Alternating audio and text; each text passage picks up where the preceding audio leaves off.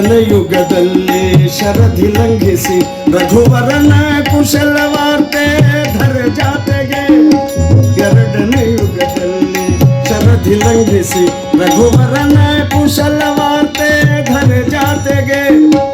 ಅರುಹಿದ ಶಾಸ್ಯನ ಪುರವ ದಹಿಸಿದಂಥ ಪರಮ ಸಮರ್ಥ ನೀನೆಂದರಿಗೂ ಕೊಂಡಾಡಿದೆ. ತರುಚರ ಬರಲೆಂದೆಲೆ ಶಿರದಿ ಕಲ್ಲು ಧರಿಸಿ ತಂದವನ.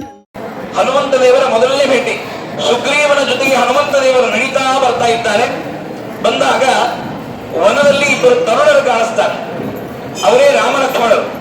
ಇಬ್ಬರು ತರುಣರನ್ನ ನೋಡಿ ಆ ಸುಗ್ರೀವ ಹೇಳ್ತಾನೆ ಹನುಮಂತನಿಗೆ, ನೋಡಪ್ಪ, ಇಬ್ಬರು ತರುಣರು ಬಂದಿದ್ದಾರೆ. ಯಾರೋ ಬಹುಶಃ ಅವರು ವಾಲಿ ಕಡೆಯವರು ಇರಬೇಕು. ನಮ್ಮನ್ನ ಸಂಹಾರ ಮಾಡಲಿಕ್ಕಾಗಿ ಬಂದಿದ್ದಾರೆ. ಸ್ವಲ್ಪ ಅವರಿಂದ ನಾವು ಜಾಗೃತರಾಗಿ ಇರಬೇಕು. ಯಾರು ಅಂತ ವಿಚಾರಿಸಿಕೊಂಡು ಬಾ ಅಂತ ಹೇಳ್ತಾನೆ.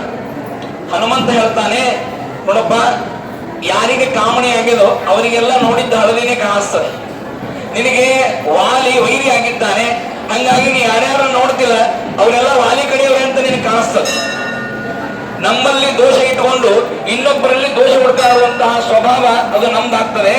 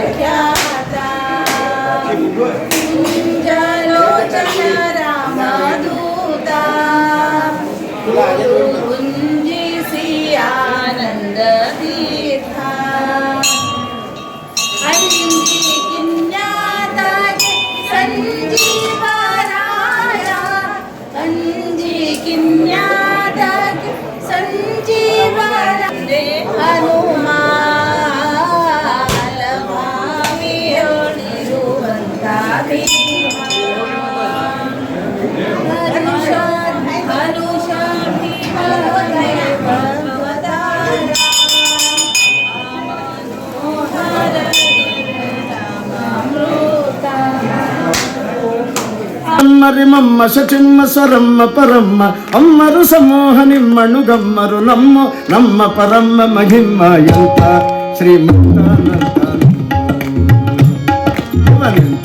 ಶ್ರೀಮಂತಾನಂತ ಶ್ರೀಕಾಂತೆ ಕಾಂತ ಎಂತ ಶ್ರೀಮಂತಾನಂತ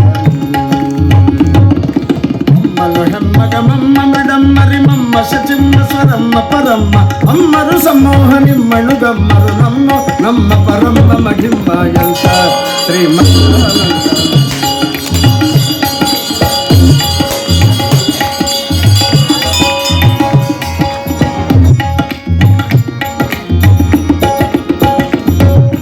ಅಂಗರು ಹೆಂಗಳ ಅಂಗನಂತ ಗಡ ಮಂಗಳ ಪಾಂಗ ವಿಶ್ವಂಗಳ ಮಂಗಳ ಸಿಂಗರದಂಗುಟ ಸಂಗದ ಜಗದ ಅಘಂಗಳ ಘಂಗಳ ಗಿಂಗಿ ಪಳಂಗ